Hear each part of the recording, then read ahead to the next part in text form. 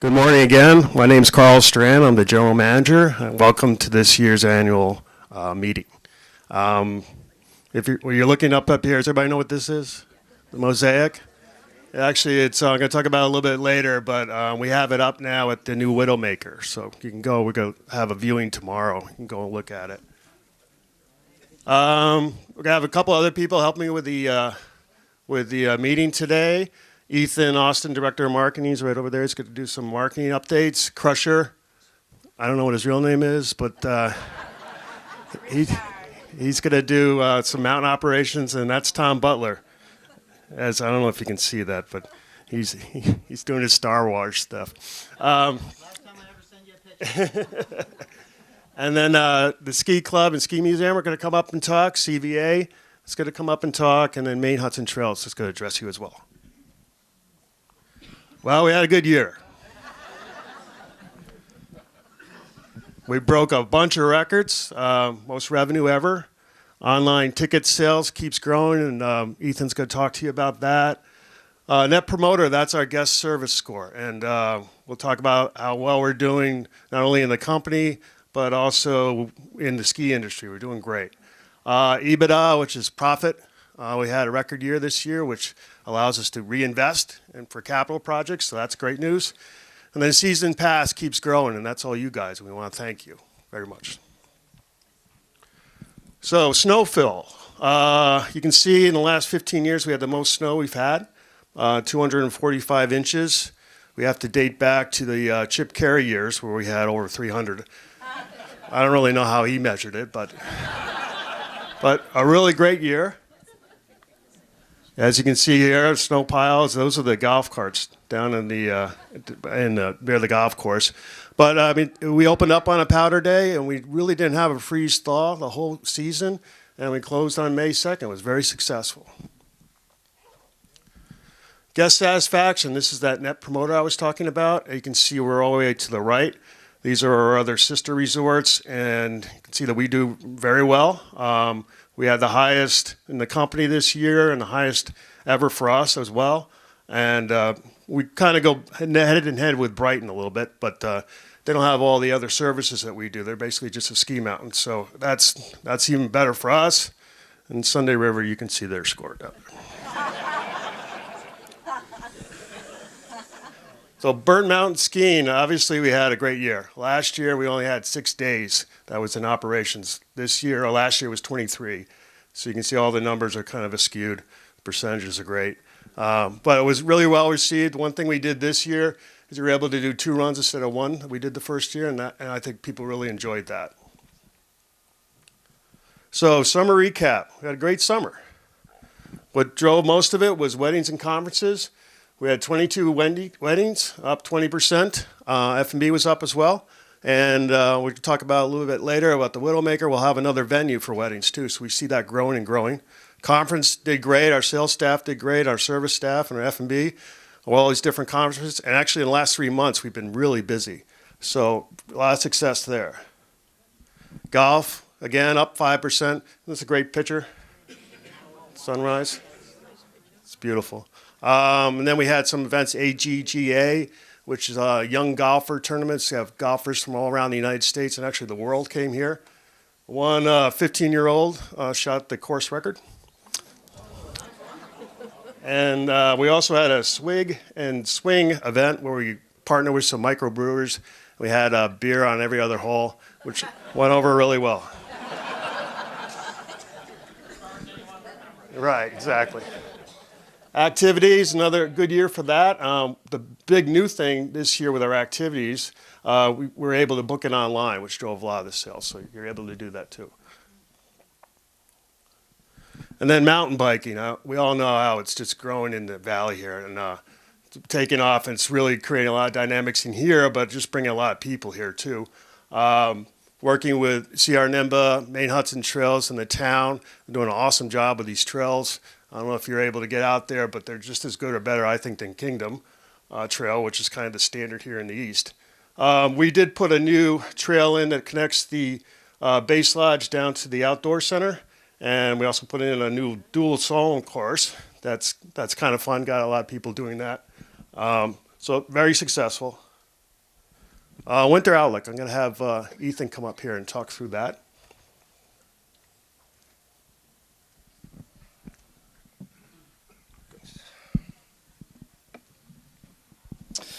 All right. Hi, everybody. For those who don't know me, my name is Ethan, and I run the marketing department here. So I'm just going to talk a little bit about how we're feeling for the winter, some of our indicators that we look at, and then talk about some of the things that we're concentrating on in the marketing department this year. So if you remember last year, we talked a little bit about the Boyne bond offering and how we're not able to give specific numbers on things like we used to. So we got to kind of come up with some different ways to express to you guys how we're feeling about the winter. So this is what we have this year. We're feeling pretty good. Looking at our key indicators, our season pass sales are going great. We'll talk a little bit about some of our season pass products and some changes. Icon pass sales, icon visits were an important part of our business mix last year, and those sales are just through the roof this year. Advanced ticket sales are looking great, and our lodging pace is looking really good as well. So kind of all the things that we look at to gauge, the upcoming season are in a good place right now. Obviously, things can change, but we're feeling pretty good right now. And, probably to be expected, we had the best winter we've had last year. And, you have a bad winter, you expect a hangover effect the next year on some of your advanced sales. And, the opposite's true as well. So it's kind of an interesting time to be working in marketing in the ski industry, just because there's so many changes every year. It seems like every 6 months there's some gigantic new product or just some seismic shift in the industry. And, we're not immune from those changes as well. And we're seeing a lot of changes in just the way that people are purchasing skiing now versus even just 5 years ago. So if you look at just 5 years ago, groups and lodging packages were the primary way that we were selling lift tickets. That's where the bulk of our lift ticket sales were coming from. And last year that shifted. So last year online tickets and promotional products were our biggest sales channel last year. So there's just a big shift in the way that people are buying. A lot of those promotional products and online sales were still groups, but they just weren't buying the tickets through our group sales office. So there's just a big shift in the way things are going now. And probably the biggest change in the ski industry and, certainly in the season pass market is the Icon and Epic season pass battle that's going on, which probably most of you guys are at least somewhat familiar with. But Epic is Vail Resort season pass, and Icon Pass is a product from Alterra Resorts that partners with a lot of different ski companies as well, Boyne Resorts included. And probably all you need to know about this is that there's somewhere around 9 million skiers in the entire United States, in the entire country. And between these two passes, they're going to sell around 1.5 million units this year. So that's a significant chunk of the market that's tied up in these two passes. So that's part of why it's so important for us to be partnered with one of these passes, just so that we can continue to have access to those customers and they're not totally out of our customer mix. So with all that in mind, some of the things that we're concentrating on, first was an improved e-commerce experience. So before last year, if you ever tried to purchase a season pass online from our website, I'm very sorry. It was probably a horrific experience for you. But last year we introduced a new e-commerce system. We're working with a company called Aspenware. And it's vastly better if you bought your season pass online. This year, hopefully you noticed a difference there. It's mobile friendly. The user experience is great. Single login. So if you're buying a lift ticket or a season pass, you're using the same login as opposed to having 6 different usernames and passwords for all these different systems. So we've noticed a big improvement on our scores there as well. So in terms of the product mix, our season pass is, still our New England pass is our core product, and probably our most important, not probably, definitely our most important product. It's continued to grow over the years, and that's in line with the rest of the industry. The season passes account for about 43% of all skier visits in the entire ski industry now, so it's growing considerably. But we've tried to introduce new products within that New England Pass family to meet the needs of different groups of people and try to bring new people into the New England Pass mix. So one of the new products that we introduced this year is called the New England 5-Day. This is a 5-day ticket pack valid at Sugarloaf, Sunday River, and Loon. This was kind of experimental. We introduced it for a very limited sales window over the summer just to see how it would do. It was pretty aggressively priced, and it did really well. We sold it for 1 week in July, and it sold quite a few units, so probably something that we'll look to grow on next year. And then the big new product we introduced this year was called the Nitro Pass, and this was sort of an evolution of different passes that we've tried in recent years, the Millennial Pass, the 20s Pass, the Graduate Pass, and we never really had it quite right, and we think we're getting closer with this Nitro Pass. So this is a pass for anybody age 29 and under, equivalent to a silver pass, so it has blackout dates and a great price point. And some of the thinking behind this, we wanted to ultimately make it easier for families who are purchasing multiple season passes. So if you're purchasing, 2 adult passes and 3 children's passes, you now have this as an option, so you can make it a little bit easier for your entire family to purchase season passes. But, another thing we were looking at is just the shifting demographics of skiers. And this is a look at skier visits or participants by different generation. So this is from a company called RRC, which does research for the ski industry. And if you look at that yellow line, that's the baby boomer generation, which has been the core of the ski industry's business for quite a while. And you can see it, steadily decreasing. Gen X is the gray line. That's fairly stable. But the millennial line is kind of the concerning one that everybody's been looking at. That's that orange line. And you can see that sort of continued decrease in participants in that millennial generation.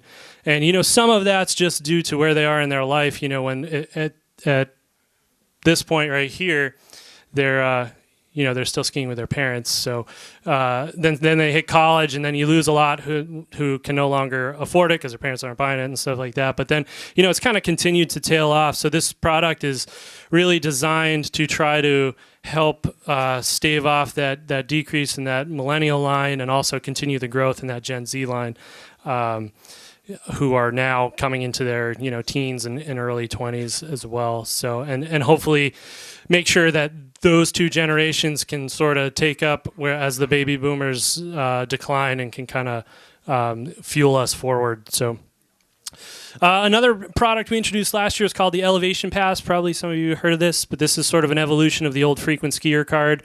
Basically, we're looking at this as a stepping stone to a season pass. So if you're not quite ready to jump into a season pass, you can try this out. You get either 3 days or 1 day included right off the bat, depending on which one you buy. But then you get savings on subsequent lift tickets that you can purchase online.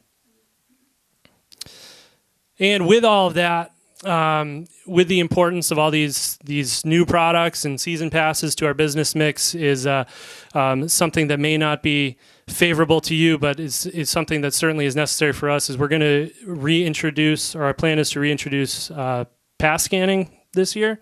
So for this year, it would be handheld scanners, barcode scanning, and then the plan is hopefully next summer we would move to an RFID gate system, which would be an automated thing. It, hopefully improve the flow there. But it's just really important for us to know how people are utilizing these products. As of right now, we don't know much about how people use season passes. All we know is that we've sold you one. So we really need to know how many days people are using them, what days they're using them, so we can accurately tailor these products to different people. So another thing we've been working on this summer that we had hoped would be ready for this weekend, but it'll probably be another couple weeks, but is a new Sugarloaf app. This will be available on Apple or Android. And at least in this initial phase, what is going to be the great thing about this is really conditions reporting. So if you're in the app, you can look at the list of groom trails. You can look at lift status all within the app. It'll be much quicker than trying to load the website on your phone. You can look at an interactive trail map. You can track your day. There's GPS tracking through the app. So if you want to see where you went across the mountain throughout the day, you can do that. And ultimately, one of the things we're trying to do is a lot of you are probably familiar with the paper grooming maps that we distribute around the resort, and we're trying to move away from those for a number of reasons. They're pretty wasteful. But also they're not accurate. If you've looked at them, you probably noticed. And there's a simple reason for that, which is that they're produced at about 6 o'clock in the morning. We still have 2.5 hours of grooming that we do, and you can't change a paper map once it's been printed and distributed. So we're going to encourage people to try to use this, and obviously we can make live changes to this throughout the day. So if conditions change, that'll be reflected on the app. On the event side, last year we had a lot of success with some new events. The Sugarloaf Together event was one that we partnered with Equality Maine on. The Fire on the Mountain concert event went really well. Both of those will be coming back this year. And then our Reggae Fest was an all-time record Reggae Fest last year. The weather certainly contributed to that. And we also had the U.S. Alpine Nationals here. U.S. Alpine Championships last year. That's a great shot of Sam Morse from right here in Carrabassett Valley racing in the event last year. So looking to build on these events that we've had really good success with the last few years. We do have a new events manager on board this year, Charlie Sayward, who some of you may know. She was here at the inn last year, and she's helping us with our events this year, so we're optimistic there. And finally, on the brand side, Carl talked a little bit about the Mosaic project that we did last year. This was a lot of fun for us. We introduced it kind of here at the meeting last year.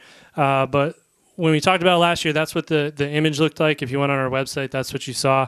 Those images that were on there were kind of feeder images that we put in there. This is what it looks like now. So that's actually 11,000 photos that were submitted throughout the season. If you submitted one, you can go on the website and look up your name and you can see where you are in the Mosaic, unless you're Carl, because Carl is not in there. Sorry, Carl. He blames me. So we're going to do some fun stuff with this. We made this display. So this is an 8-foot by 20-foot fabric tension display, and it looks really cool when you're right up next to it. And we're going to take it to a few events with some Maine breweries that we work with. So Baxter Brewing will be on Friday. Orono Brewing on October 25th, and Rising Tide down in Portland on November 8th. We'll have the Mosaic there. We'll have iPad stands where you can look. If you submitted a photo, you can look up your name and find yourself on the physical Mosaic. And then, of course, like Carl said, the permanent home, or at least semi-permanent home for this is in the new Widowmaker. And that's actually it. So it's on the wall. It's really big. It looks really cool. That's the iPad right next to it you can use to look yourself up and find yourself in the Mosaic. And tomorrow from 11 a.m. to 1 p.m., there'll be sort of an open house in the Widowmaker. The bar and everything won't be open, but you're welcome to go in there, check out the new space, and check out the Mosaic. If you want to try to find yourself in the photo, you can do that. So that's all for me, and Carl or Crutcher will take over. Thanks, Ethan. Yeah, thanks for not including me. Your review's coming up. All right, so talking a little bit about the Widowmaker, this is our new logo. When we were looking at renovating it, we counted, 14 different logos that were there over the years. So we got into one now. And what we're going to do is we relocated the bar. Can everybody see this? So the bar I can only point at one screen. The bar used to be right in the middle. We moved it over to where the bands used to play, and then the bands are going to be playing up on this section. So it's a much nicer venue now. And then we're also going to air condition it so we can use it in the summer. We've actually already booked a couple of weddings there. And then the new branding and so forth. And then upstairs, this deck that's out there, we have access now out there. You can go out there. We're going to have some plexiglass to try to keep the cold wind away. But and we're redoing the bar upstairs too. So that's just a more viable space. Actually, you can rent it out on your own and from downstairs. So it's going to look great. The views from there are amazing. They're the best on the mountain. So we're really excited about that project. That was our big capital project. The other one we're working on is the new dam. There was an old earthen dam in Caribou Pond area way back when they used to do logging. And it's has some old wooden crib works that kind of deteriorated. So we're looking at redoing that dam. And that will give us plenty of water for snowmaking. They also pull water out of there for drinking water and irrigation for the golf course too. So it's pretty critical. We have a lot of water because it's been raining, but you never know. And then this is going to be the first step in a 3-step process for snowmaking, which Crusher's going to talk about. But the ultimate goal is to get all the snowmaking trails open by Christmas every year. That's our ultimate goal. So we're trying to back engineer that, starting with the dam, the water source, and then upgrading our snowmaking. Crusher?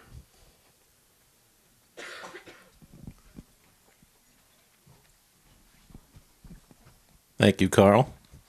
Good morning, everybody. We had a busy summer, and looks like we got a few busy summers on the way. This is the snowmaking system Carl was talking about, and right now we leave the golf course down at number 10 at about 1,200 pounds of pressure, and it's at like 5 or 6 by the time we get to Bullwinkle's area.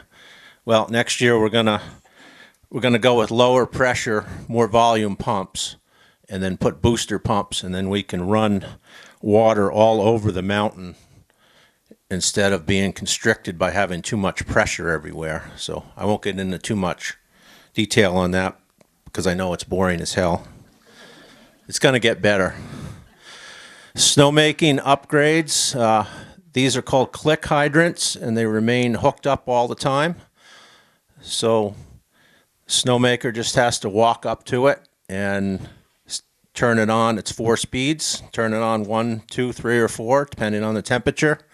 Walk away from it. They won't spend 20 minutes at the gun trying to thaw it out, or you see them chipping ice all the time and stuff. It's just going to speed the whole process up. We got 50 of those this year. Candyside, Tote Road, and King's Landing. And they're just finishing them up now. It's a big install because they have to go below grade. Lift maintenance, we don't do a May layoff anymore, and we get right on lift maintenance the day after we close. And we got on. We're still doing it. We're going to have the 11th hour projects going on here, but we put a new bow wheel in the bottom of snubber, putting a rope on skidway, new shiv trains, and a lot of rebuilds, and a lot of electronic work. And I think you probably noticed last year a lot less downtime with lifts. They're a lot more reliable now. And like I said, we got on them earlier, and we're still working on them. Grooming upgrades. We're getting a new Bison X Park Cat. It's and we also modified one of our older cats, so we'll now have 2 reliable snow cats down at the outdoor center. We had some issues down there with so much snow. If that cat would go down, it was tough getting out and about. But Tom's raised the bar down there considerably, and we're reacting to it. In the parks, we have a new park manager this year. Brendan O'Brien comes to us from Aspen Buttermilk. He's been out there for several years. He's actually Australian, but he has dual citizenship. His mother's from the U.S., and she lives in Portland. She actually moved from Portland, Oregon to Portland, Maine this summer. So he decided to be closer to his family and got a job with us. we're looking forward to working with Brendan. Snow removal and parking, a few challenges last couple of years. Well, we got a new contractor this year, and a lot more equipment, and he actually maintains the equipment. So I'm looking forward to not losing sleep at night during a snowstorm. Running a ski area, and I have to worry about snow removal.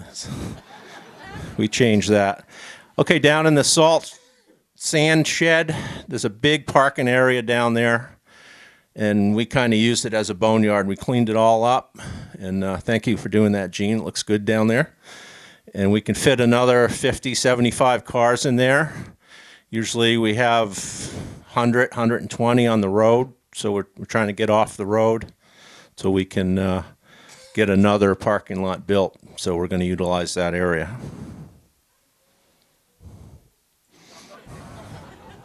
That's the biggest question I got all summer. Yes, the tower's up, and they're saying they're going to have everything back online actually by now. So I haven't been up there. Weather hasn't been great, but your phone's working better? All right, maybe our app will work this year, Ethan. Skier services. Oh, Bruce Miles promised me he wasn't going to go over 30 minutes today, so hold him to that, will you? Good morning, everybody. Good morning. My name's Tom, and I work with Skier Services up in the base area. So I just wanted to run you through a few things that you're going to be noticing some changes with some activities up on the hill. The first of which, I'll just let you take that in for a moment. So this is a Snow-Go snow bike, and they're awesome. It's the only way, and I'm not just saying that, they really are wicked cool. We have one on display up in the ski shop. Definitely encourage you to go have a look at it, stand on it. I mean, it articulates like, a long leg, short leg, like you're skiing. If everybody here, how many people here know how to ride a bicycle? Okay, so good answer.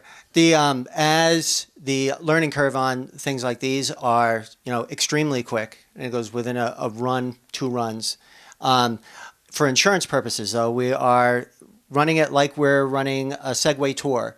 And it goes, and we just don't let you grab a Segway and go. We go out with you and show you how to operate them, and where you can go, where you shouldn't go, and how to get the most out of the technology.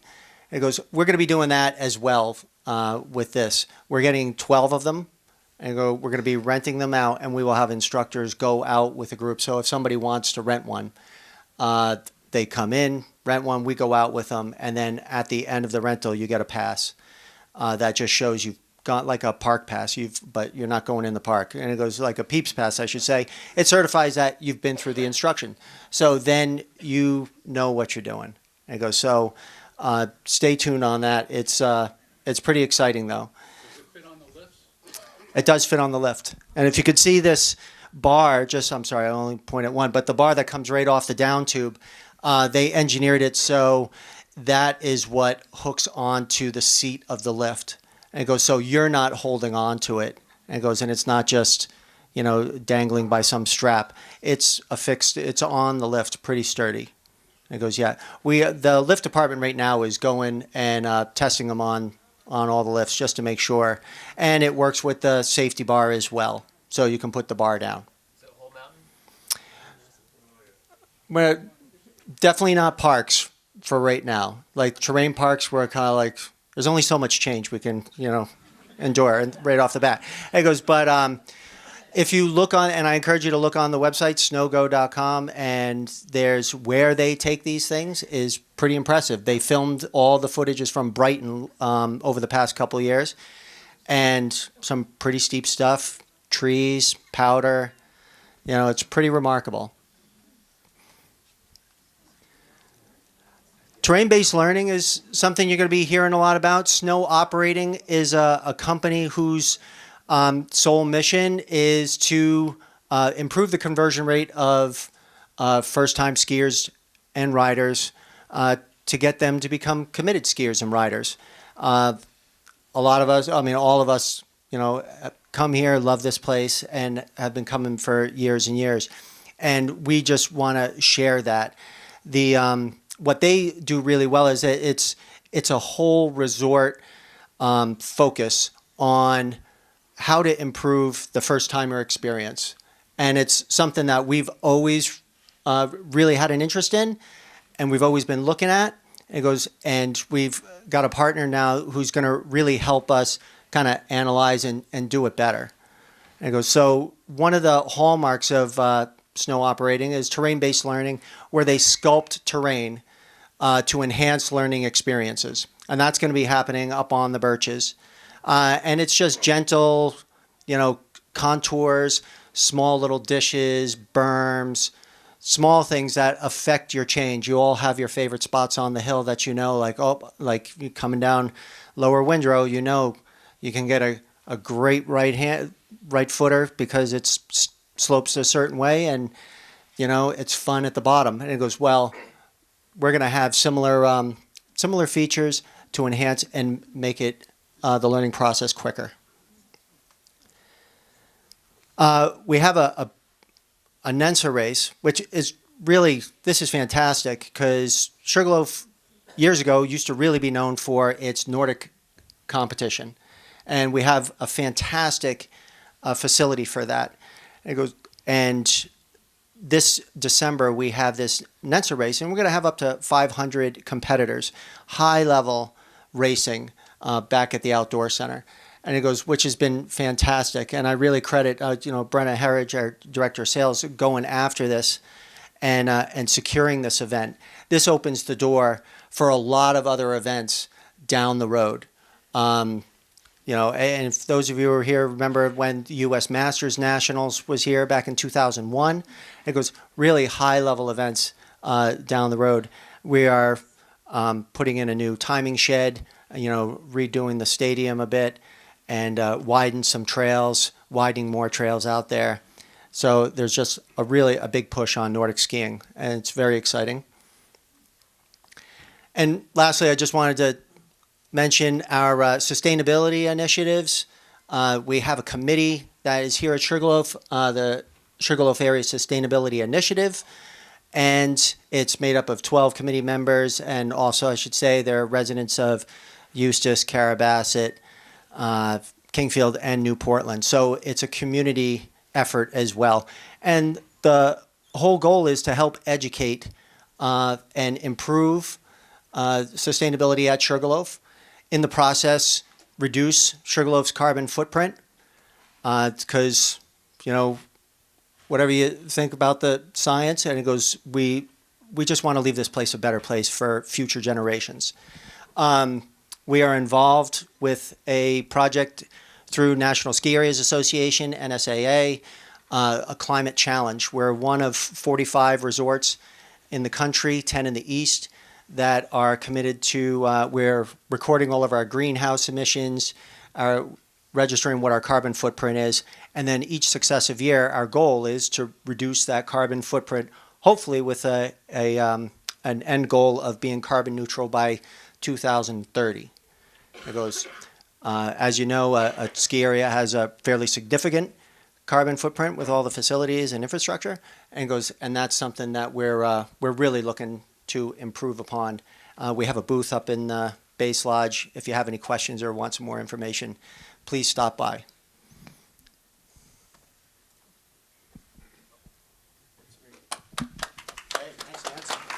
Thank you. Hey, good job. Maybe come back next year. Okay, real estate. So the other thing about the bond offering we talked about earlier is that it allowed Boeing to purchase all the real estate. So now we can start developing it. Pretty exciting. We got a bunch of plans. I just wanted to show you this map. This is actually all the developable real estate that is currently at Sugarloaf, and there was a planning company that put this together. But currently, right now, we're looking at some lots. I can only point to the one screen. in this area, in the Burnt Mountain area, over below Timbers, and then West Mountain area is what we're looking at. And we may have some exciting news to talk about that fairly soon. We don't have it right now, but talk about some of those developments and so forth. And but it's an exciting time. I think the real estate market's still strong. And we talked about sustainability, but even financial sustainability for us. We're really a destination resort in the east. Some of our sister resorts, Loon has a 4-lane highway to their front door, and Lincoln's a huge bed base, and they print money over there. And Sunday River's kind of a half and half, and they do well too. And so for us, we really need that economy of getting more skiers up on the mountain so we can create that EBITDA flow or profit flow so we can keep reinvesting back into the mountain. So that's the goal. Good news is that we're kind of an island. All around this area is owned either by the town, there's a naval base, there's the state, and then there's Native American land on the other side. So we can't get too big, but we can get a little bit more sustainable, bigger, so we can keep reinvesting back into Sugarloaf. Another thing we're talking about with the town is the town's going, looking at, I think I can announce this. Is Dave Coda here? A new fire station. It's down by, we're talking about the where the sand pit is. Currently, they have 2 bays in our maintenance garage that they're using, so we're going to switch them. We're going to get the bays, and then we're going to give them land for that, which will be huge for them, but also be great for the community. Oh, I didn't know this slide. Okay, so this is Mountainside Real Estate. We'll talk about basically, you know, how well they're doing. Real estate sales here are great with basically no inventory. They're doing a great job, one of the best actually in Boyne. And then our real estate team does a great job here too, and they're the leading in the area. And there's a picture of them.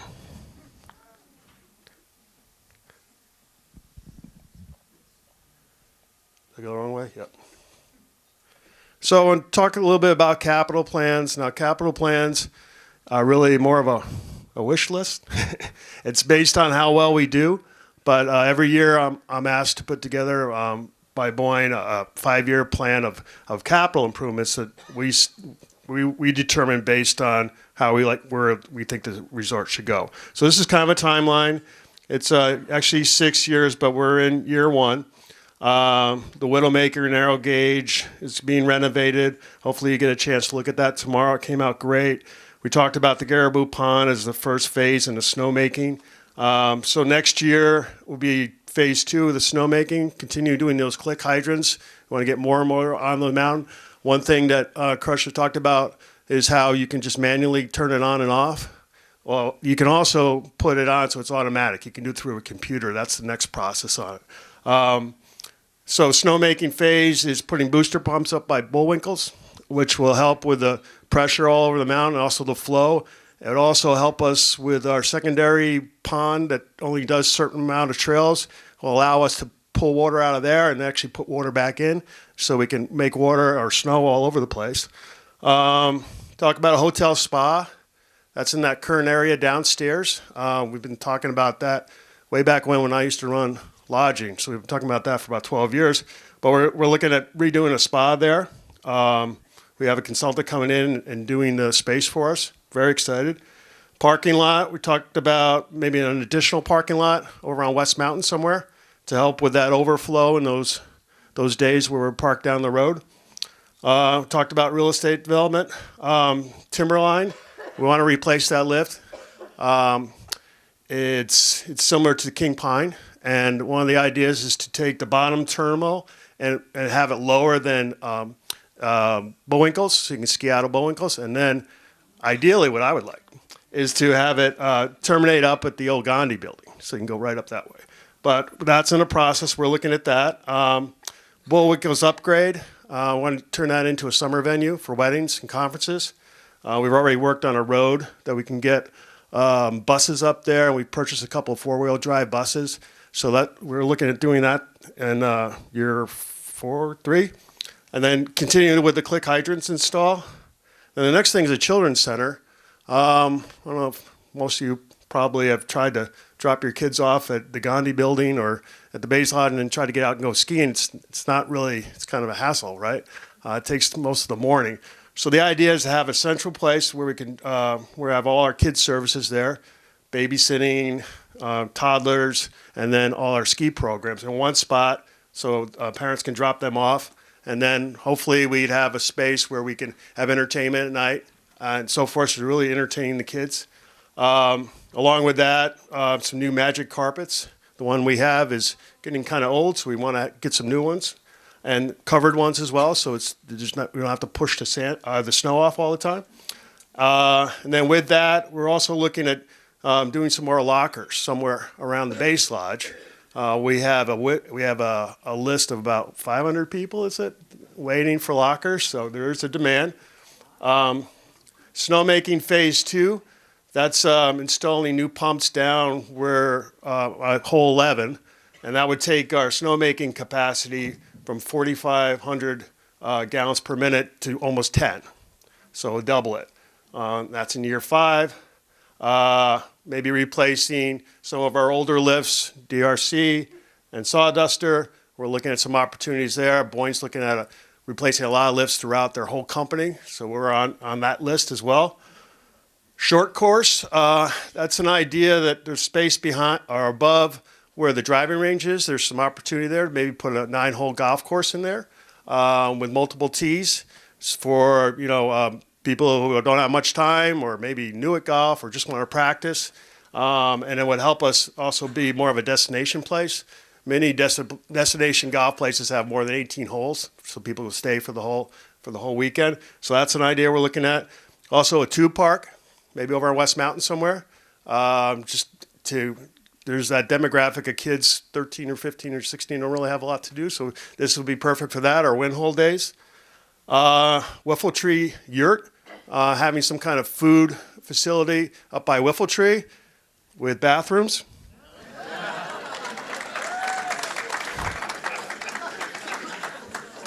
We're working on the bathrooms before that, so, and then one of the things that, so you can still ask the question. So one of those things we're also looking at is to maybe lift access for mountain biking.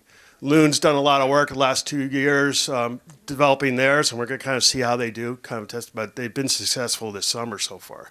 So that's something we're going to look at that will tie in with all the other trails that are here, just another aspect.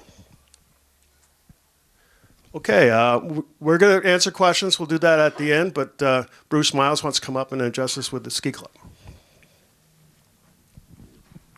Thanks, Bruce. Hey, don't touch anything, right? So, okay. Good morning. Welcome home. My name is Bruce Miles, and I'm the director of the Sugarloaf Ski Club. We're a 501c3 nonprofit. We've been around since 1950, and as many of you know, it was very instrumental in developing Sugarloaf Mountain. We have 4 components to our mission. We have a social, a historical, community scholarship, and competition support. For the past year, with a very enthusiastic support of Sugarloaf Mountain and the Sugarloafer community, we have been focusing very successfully on our community scholarship aspect. That's what I want to talk to you about today. Raise your hands when I ask, how many of you started skiing before you were in high school? Now think back on that first day that you made a ride up a rope tow or a T-bar or a chairlift and you came down that trail. Remember the thrill that you experienced? Think about it, that first day. Hopefully it was all successful. Well, that feeling is what we want to give any child who lives in the shadow of this mountain. We want the local kids to get off the couch and embrace winter. With the help of very many generous Sugarloafers, Town of Carrabassett Valley and Sugarloaf Mountain Corporation, and the hard work of our club volunteers, we have been able to provide help to local kids for many years. We have been awarding between $25,000 and $30,000 a year on average for a couple of decades or more, so the kids could participate in local learn to ski programs while also helping to build facilities like the Gene Luce building, which I know a lot of you enjoy that deck on sunny days in the spring. Last year, we increased the annual award to over $57,000. This year, we have budgeted over $64,000. So you can see the direction we're heading now. As I mentioned, the Sugarloaf Mountain Corp in the town of Carrabassett Valley are committed partners in helping us achieve our goals. Many years ago, around 1968, this is where I get to hit a button. The arrow, right? Lower right. Okay. We didn't go through this in Just rehearsal. once. No, we didn't. Oh, that one. Okay. Around 1968, the mountain started a program for local kids from Stratton down to Philip Strong and Kingfield called the Ski Skate Program. Pictured here is the Stratton Elementary School group getting ready to come out and ski for an afternoon. The mountain started the program with the help of the club members like Gene and Norton Luce, who rounded up secondhand equipment to lend to the kids. These kids get to come to the mountain on average of 4 to 8 afternoons during the course of the year. The club has been helping financially with us through our Norton Luce Fund. Need a bigger table up here. Last year, in collaboration with Tom Butler and the Sugarloaf Ski School, we came up with a plan to provide these kids with the opportunity for more low-cost on-hill time to kind of bridge the gap for them from just 4 to 8 afternoons a year to much more skiing. The new boom auger program was created. Pictured here are 61 kids from RSU 58, Stratton, Rangeley, who signed up for this low-cost Learn to Ski program. This year, we're hoping to grow this to many more young kids. Notice the age. They're all very, very young, which is very encouraging. This program, thanks to Sugarloaf and the help from the ski club King's Kid Fund, only costs $50 per kid for 8 afternoons with lifts, lessons, and rentals. That's less than you're going to go to a movie for and get popcorn, believe me. This year, we have also added a Nordic component, which will only cost $25 for the 8 afternoons. We are also helping with the community-based ski areas, the nonprofit areas, Titcomb, Baker Mountain, and Spruce Mountain. Our support last year helped them lower the cost of day tickets for their local kids. These are great little starter programs that have been around for many years. They struggle every year to keep going.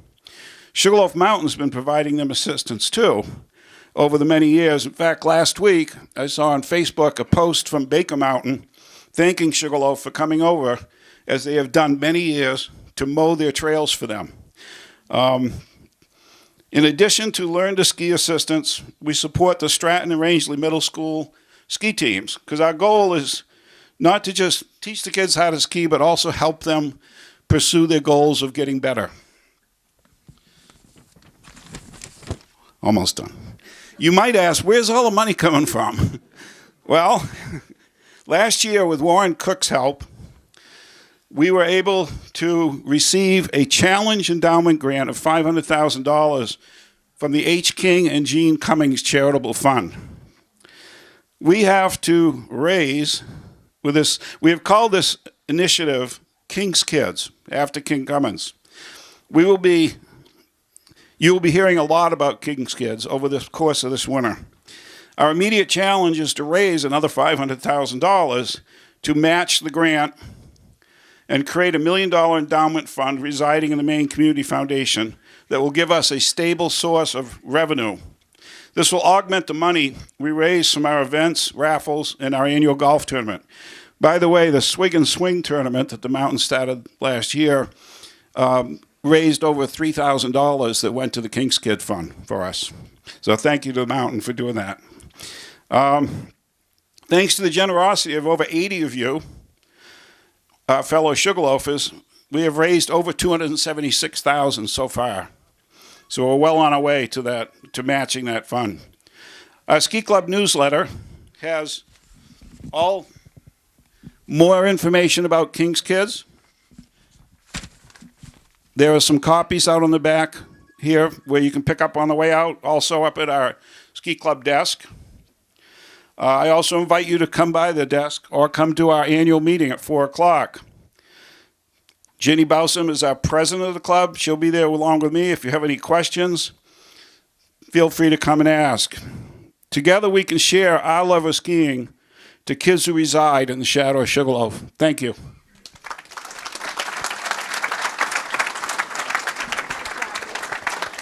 Thanks, Bruce.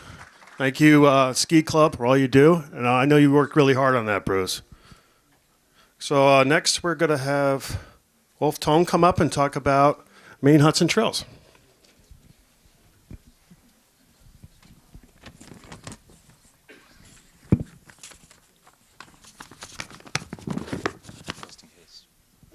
Hello, everybody. Thank you, Carl, for this opportunity, and to your team. I'm Wolf Tone. I'm the executive director of Maine Huts and Trails, and I'm the same executive director that stood up here last year.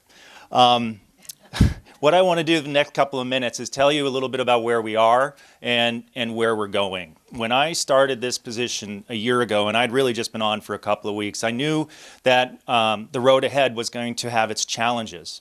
I will say over the last year, the experiences that I have had up in those huts and the people I have met have been absolutely fantastic. You can describe the huts, you can touch the huts, you know the trails, but it's what happens in between. And it's what happens with the people that makes it so special. And that's what makes it hard for me to stand here today and say that Maine Huts and Trails is exceedingly vulnerable right now.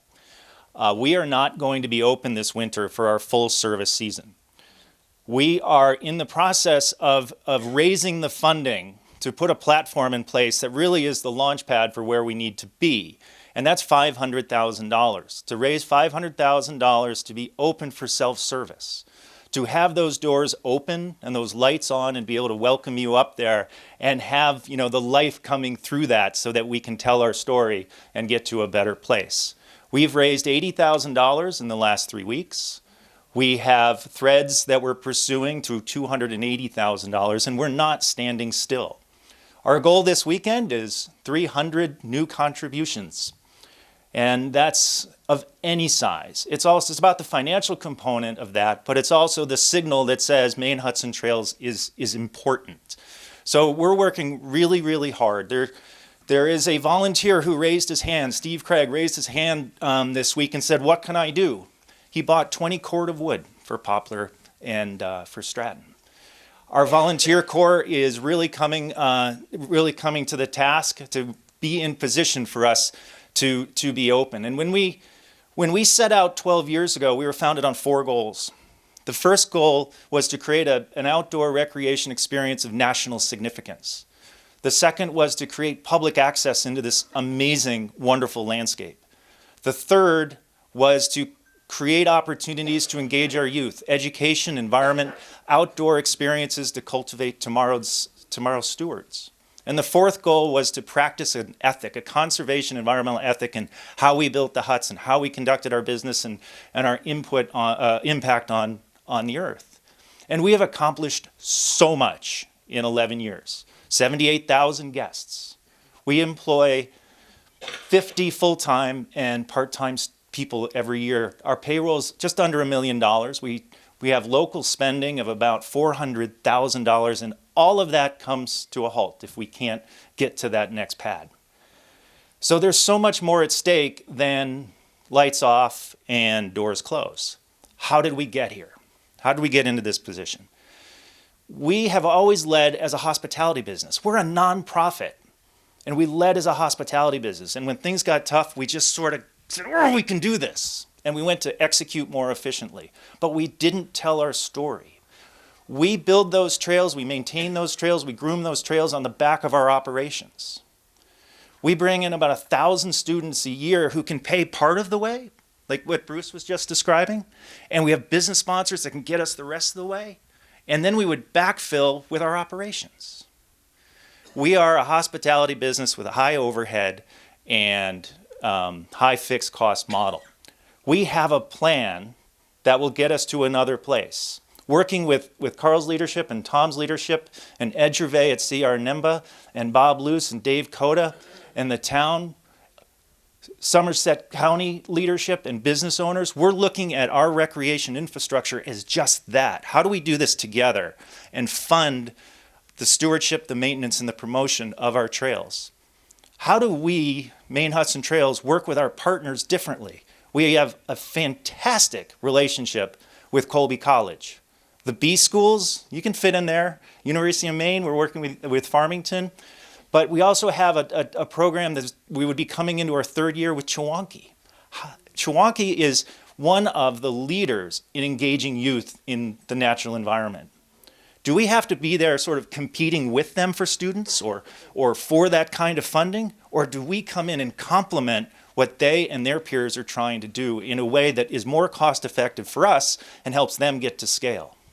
Of course, it's about executing on the hospitality business. We're going to do that as well.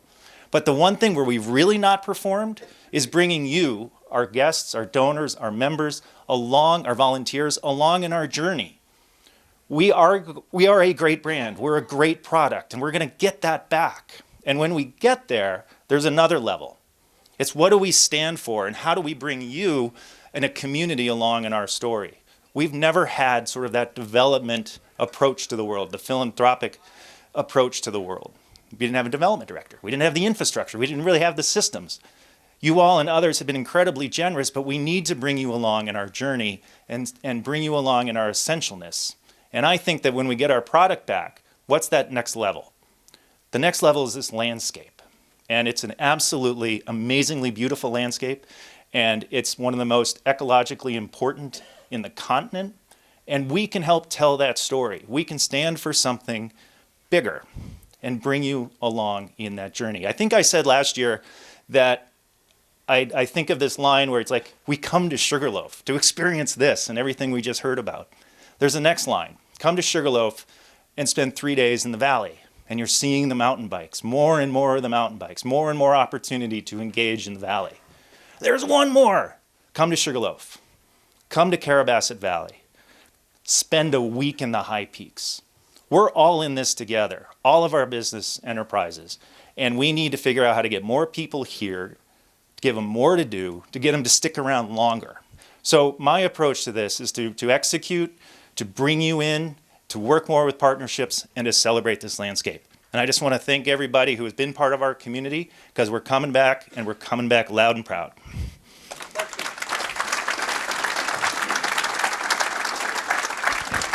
Thanks, Tone. Thanks for sharing that. Okay, next up we have CVA. There she is. Kate Punderson. Thank you. Hi, everybody. Morning. My name is Kate Punderson. I'm head of school at Carrabassett Valley Academy. For those of you that don't know, CVA is an independent school right here at the base of the mountain. We have 7th grade through 12th grade. And we're a ski and snowboard academy that combines world-class training in skiing and snowboarding with college preparatory academics in an environment that is supportive, and it teaches the leadership and the social skills that kids need to be global citizens once they graduate. I thought I'd do something a little bit different this year. CVA has a lot of moving parts. It's hard to describe everything that we offer in just a few minutes. So I thought I'd focus on 3 main aspects of our program today. First is academics, second is what our fall semester looks like, and third is our one non-competitive program, which is the backcountry team. So first, last June we graduated the class of 2019, and this fall we welcomed a fantastic group of students and staff into our 37th school year. We have an incredible academic program. A lot of people know about our skiing and snowboarding and not so much about our academic program.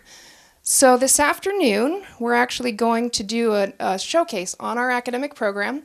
I invite anyone who's interested to learn more about the academic program to come on up to the Alphon Competition Center. It's at 2:30, and we're gathering together a panel to have a panel discussion of teachers, coaches, alumni and alumni parents and current parents to talk about how our academic program combines with our athletic program to prepare our kids for life after high school. We are hearing more and more that if you want to go to a ski academy and not sacrifice your academics, you want the top-notch academic program at a ski academy, you go to CVA. We hear it continually. And that's due in large part to our teaching staff. We have 15 teachers. They have a combined experience of 150 years of teaching experience. They all have a minimum of a master's or a bachelor's degree in the subject area that they are teaching. Many have a master's degree in that subject area, and this year we have our first PhD who is teaching with us this year in her PhD subject area. A new academic program that we're offering, and we see this as a growing trend, is we have a few classes that are dual enrollment. That means that you can take a course at CVA with CVA teachers and receive college credit through the University of Maine system for that course. So kids will be able to graduate from CVA not only with a high school diploma, but with some college credits in their back pocket. These are not just online credits, they're full University of Maine system credits that are transferable to most universities. So it's a growing trend, and we're excited about that program. Most people know what it's like to be a CVA student in the winter, not so much in the fall and spring, so I'm going to walk you through a day in the life of a CVA student in the fall. In the morning, after a hearty breakfast, our students get up and they hit the classroom for 2 hours. Then in the late morning, they have their first of 2 athletic sessions of the day. They're hitting the gym or the track, they're doing plyometrics, core, a lot of ski-specific, sport-specific workouts. Then after lunch, they're back into the classroom for another 3 hours of class. And then after that, their second athletic session of the day. Interspersed in our program, in our high-intensity athletic program, we take advantage of our beautiful environment. So we offer the students opportunities to fly fish, play golf, mountain bike, hike, play soccer, lots of activities like that. So we're really developing not only competitive athletes, but recreational athletes as well. And then after dinner, they're back in the academic center in their dorm rooms for another 2 hours of study hall. So it's a really rigorous program in the fall. By the time the snow flies, our students are well prepared physically, and academically for the winter ahead. Most of you are aware of our competitive programs. We offer competitive programs in all disciplines of skiing and snowboarding. We offer one non-competitive program, and that's what I'm going to highlight. It's our backcountry program. It's near and dear to my heart. My husband Sam and I started the program back in 2001, actually, and now in its 18th year. Even in its 18th year, it's still a very innovative and cutting-edge outdoor educational program. Extra special this year because our son Calvin is an 8th grader in the backcountry program this year, so we're super proud of him. Happy to have him be a part of the program. This is a photo taken on the backside last spring.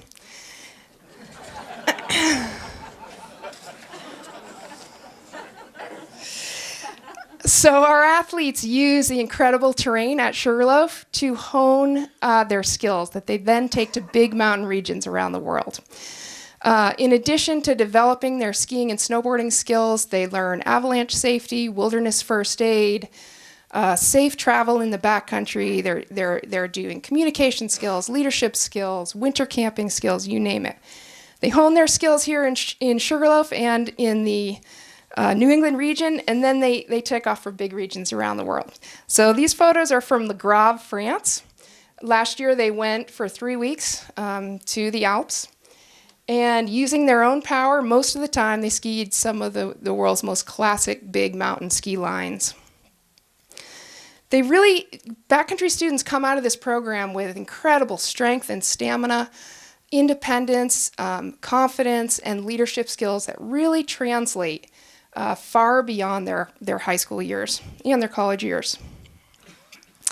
This is Tally Pillsbury. She's a backcountry athlete. Tally grew up right here in Carrabassett Valley. This is her 4th year in the program. She's a senior. She is skiing one of the France's most classic steep skiing lines. She is obviously a ripping skier. She's a snow science expert. Next year, she has goals to head over to the University of New Hampshire. She's pursuing degrees in business and in outdoor education and recreational management. She's just an example of the type of athlete coming to CVA in the backcountry program. We're really proud of her. So hopefully today you learned a little bit more about CVA. Again, I encourage you to come on up to the competition center at 2:30 this afternoon to learn more about the academic program and how we balance it with athletics. We couldn't do what we do at CVA 37 years in without the support of all of our partners. So thank you to Carl and everyone at Sugarloaf. Thank you to the town of Carrabassett. Thank you to the Sugarloaf Ski Club, and to all of you. Every Sugarloafer supports CVA, supports our student athletes. We couldn't do it without you. We're really proud to be an economic driver and educational resource for not only the Valley, but for the state of Maine and New England. And again, we couldn't do it without you. And here's to a great season. Thank you.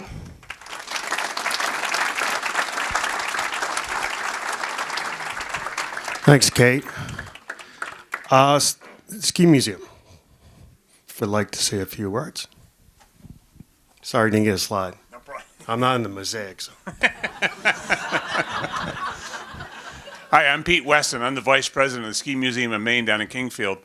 I just want to say a quick couple words. First thing, thank you, Sugarloafers. You folks have been great supporters of our museum. Sugarloaf Mountain Corp has been phenomenal. The King Cummings Trust has been phenomenal. Warren Cook obviously has helped everybody here with one way or the other, and he's helped the museum big time. We have a lot going on. I could be up here for an hour telling you all the good stuff we're doing. I'm not going to do that. I just want to encourage you folks to come by our booth in the Base Lodge and stop and talk to Teresa, our executive director. Also, the next Saturday night is the annual Hall of Fame dinner, and this year it's the first time it's been at Sugarloaf. Last year we were at Sunday River. We had 180 people there. This year we have sold out at 420. Thank you everybody that's signed up. It's a huge fundraiser for the museum, but it's also great that we're showing such support for these inductees. Got some good people. Don Fowler's going in this year, believe it or not. So, but no, it's going to be a lot of fun. Unfortunately, we are sold out, so I can't sell you more tickets. But if you, Dr. Teresa, she'll put you on the waiting list. We've sent out a notice to people that some people may not be able to make it, so maybe we can fit you in. But again, thank you all. The museum is open today from 10 to 2. It'll be open next weekend for the Hall of Fame on Saturday and Sunday. Go on the website for more information. Stop at the booth, see Teresa, and again, thank you all for your support. It's been great.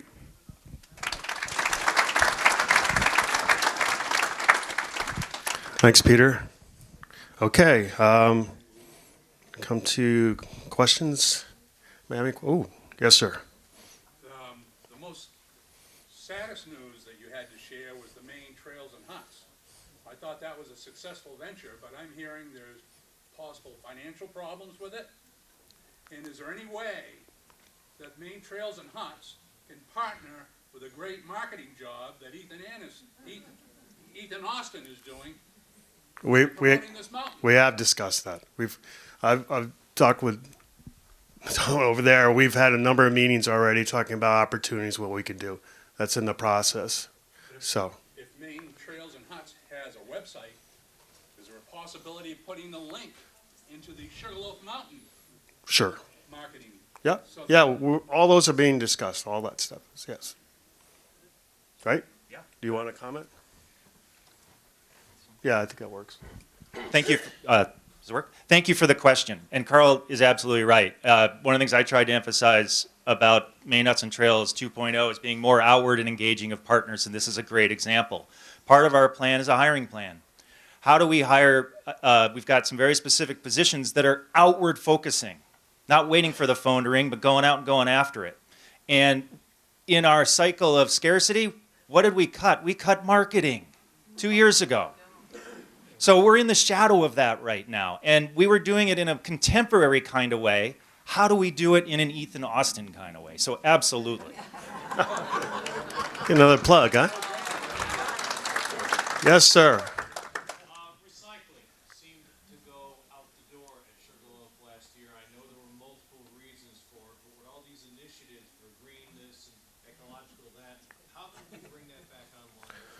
Yep, that's part of our Green Committee. Tom can address that. Sorry. Yeah, thank you very much for the question. And you're absolutely right. I mean, the state of recycling has disappeared. You know, we do offer it still at the transfer station. And it goes, which the town has continued to do that, which has been fantastic. We kind of got into kind of a bit of a bind, and I think society has, in a way that we used to sort, you know, really successfully. And if you remember down by Snowbrook, there was the recycling bins down there, and there was your glass, your tin, and all that. And then new improved single sort recycling came in, and that just seemed like, you know, an easier way to get more people involved in recycling. And it did. It goes, unfortunately, everything, a lot of things that shouldn't have been recycled got into the single sort recycling, and all of our recycling materials would go overseas, and the market for that dried up. And it goes, and they're no longer taking our stuff.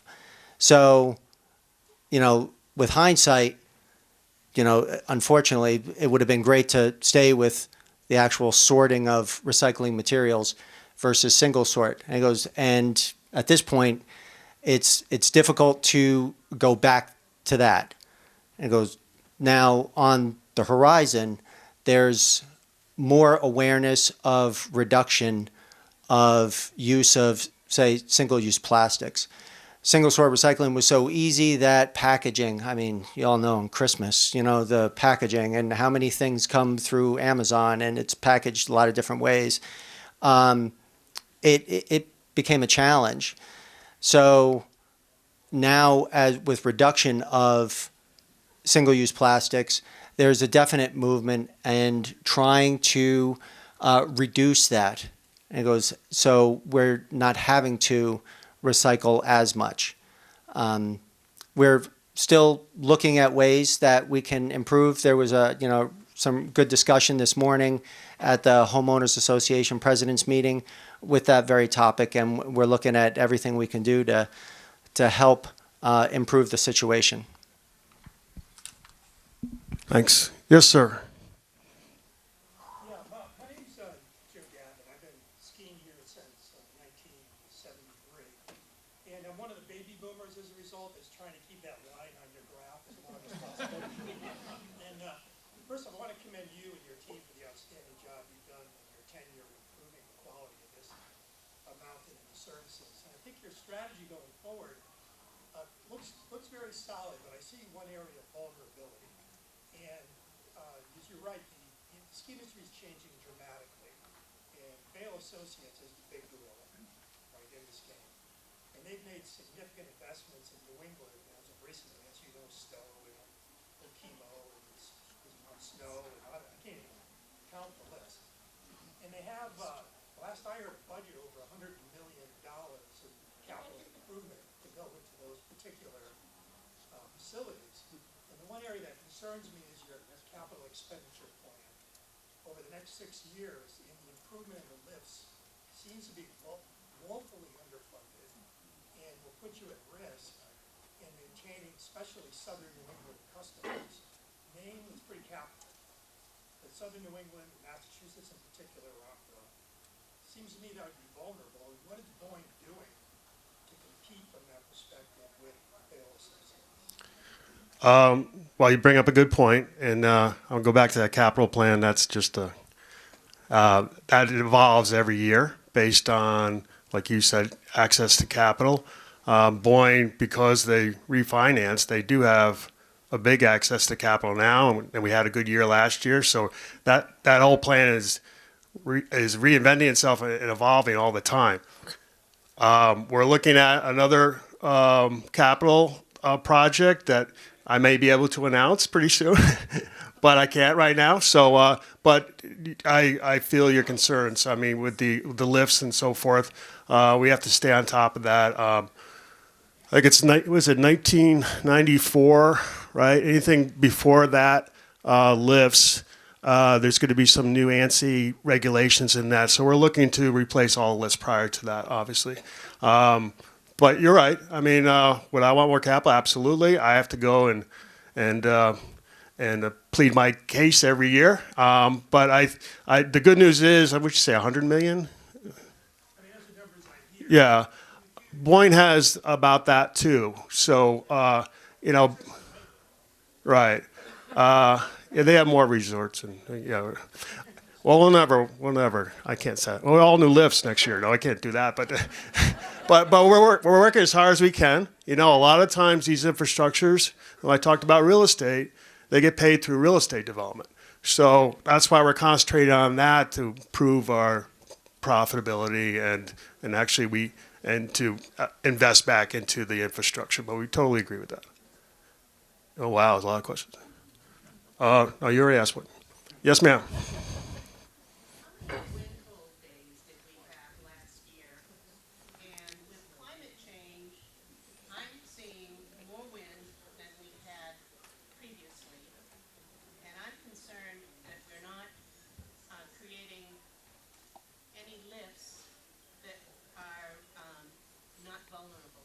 Right. Well, we track that, right? So you could address that. Our issue, obviously, you saw the tower. I was 130 miles an hour, so we're windy. But wherever any new lift we put in, we put it lower in the canopy, and we also look at what the exposure is. So exactly what you said. I mean, we want to make sure that the lifts continue to not be on. Where are you going? Come back. On wind hold.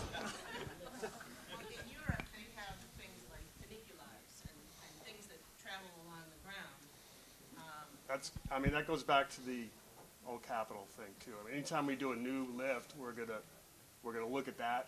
That's one of the ideas. Whether there's these. Oh, I better get back.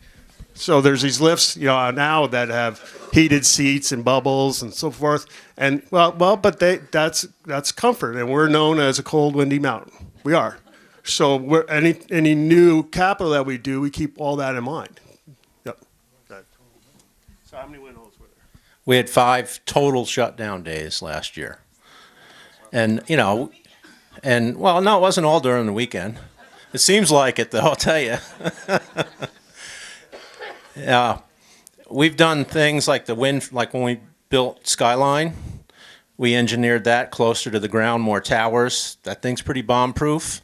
I was very satisfied when somebody got off that lift the first year and said, "What the hell you doing running that lift in this wind?" And we've changed some shiv train configurations on the Super Quad, which it's noticeable now. It takes a lot of wind. That and Skyline shut down about the same time. We're hoping we don't run out of time to do a piece of wind fence up on the summit for Timberline this year, because that northwest wind, mostly west northwest wind, you can't get off the thing. So we're working on that. But any lift going forward is going to be low to the ground and below the canopy. Thanks. Yes, sir. Just wondering if you've made any considerations on, we had quite a few elderly skiers here, but I've noticed that even with the junior skiers, of coaching the lift, the Super Quad lift, getting up over those 10 or 12 stairs, which are all metal, and then you get there and you have a singles line that's already formed, so that's getting crowded in there, and it's just to help some of the older and the younger skiers to get up there where you can get in line for the lift. Well, that's a great question. Everybody hear it? More access up to the Super Quad. We actually are looking at that. We're also looking at creating stairs up the side of the parking lots there, so you don't have to walk up the road. So all those things are in our plans to do that. I did have an email once, somebody sent me, why don't you have the parking lots above the lifts? That's another option. Yes, sir. So, thank you. Every few years we ask about bathrooms and toilets. I appreciate this glimmer of hope in the future. But as I'm kind of looking at your mosaic, would you like the folks here, as we ski in other resorts, to maybe drop you some images of innovative solutions that other resorts have done. Sure. Do it before 6 to 8 years out. Yeah. Well, again, that's a work in progress. I should have put the bathroom first. I didn't rethinking that, but actually, the Green Committee has been tasked on looking into some compost toilet facilities. Yeah. So we may have some news about that too, right? Yeah. Oh, okay. You only get two though. Talking about restrooms now. Okay. Specific, the men's restroom. Whenever you go to the urinal, there's a yellow filter in it. People are flushing that toilet first. You got to conserve water here and maybe change that filter to a different color.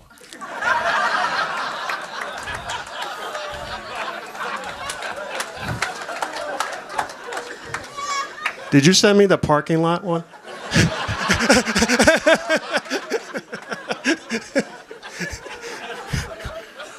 Good observation. Yes, sir.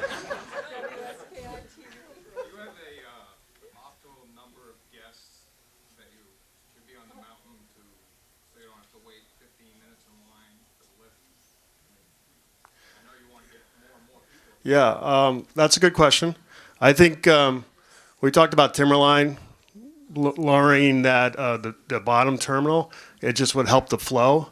But even on a busy day and everything's running, there's not that much of a line compared to most other resorts. I don't know if you ever skied Loon.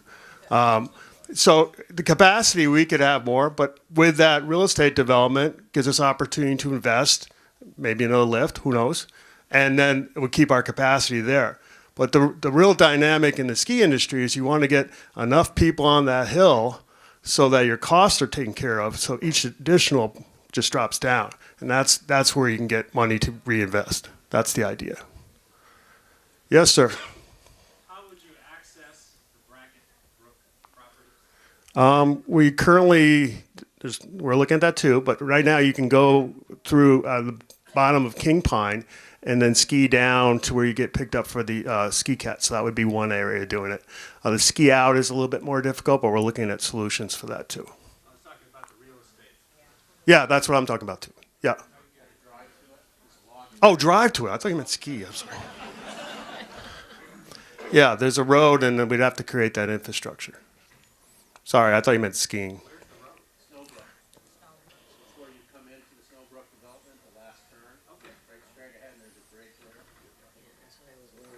Yeah.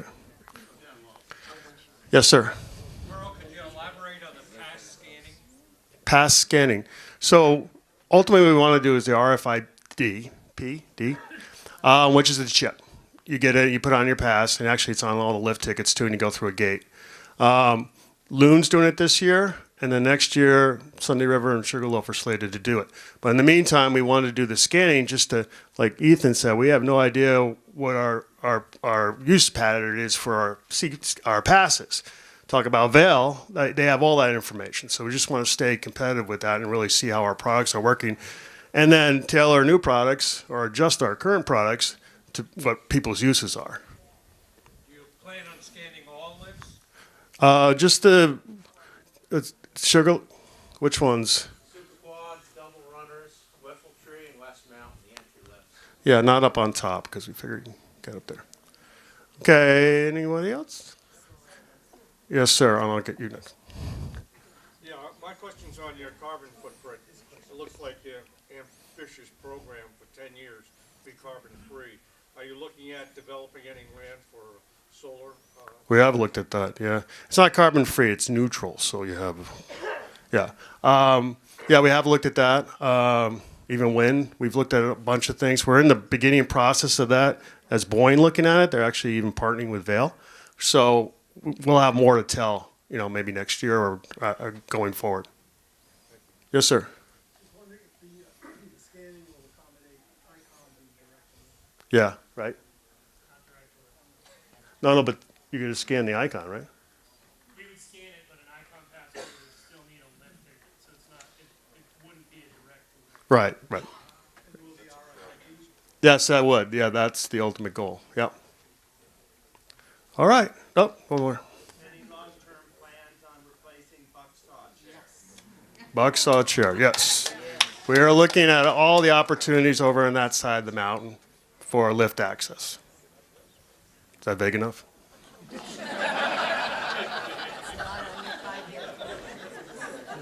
But there is some things that aren't on this plan that may happen. Yes, sir.